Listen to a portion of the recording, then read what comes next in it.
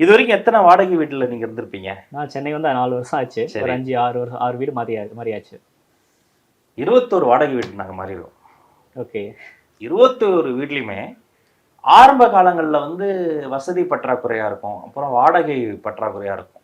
இந்த 21 வீடு தாண்டும் போது அப்ப நம்மளால ஒரு வீடு வாங்கவே முடியாதா யோசித்து பார்க்கும்போது, அப்ப அம்மா சில ஸ்டோரி சொல்லுவாங்க. ஆமா. நம்ம வீடு வாங்கி ஏமாந்த கதைகள்லாம் சொல்லுவாங்க. அப்படி பார்க்கும் 4 வீடு வாங்கி அதை எப்படி ஹேண்டில் பண்ண தெரியாம ஏமாந்துருக்கிறாங்க, ஏமாற்றப்பட்டு இருக்கிறாங்க.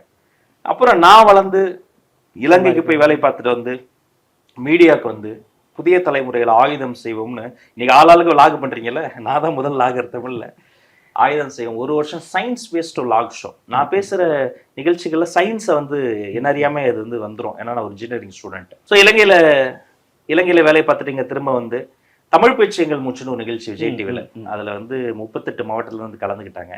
அதில் ஃபர்ஸ்ட் சீசன்ல டாப் 4ல வந்தேன், ஜெயிக்க முடியல. விடாப்படியே அடுத்த சீசன்ல போய் மறுபடியும் கலந்துக்கிட்டு அடுத்த சீசன்ல டைட்டில் வினரா வந்தேன்.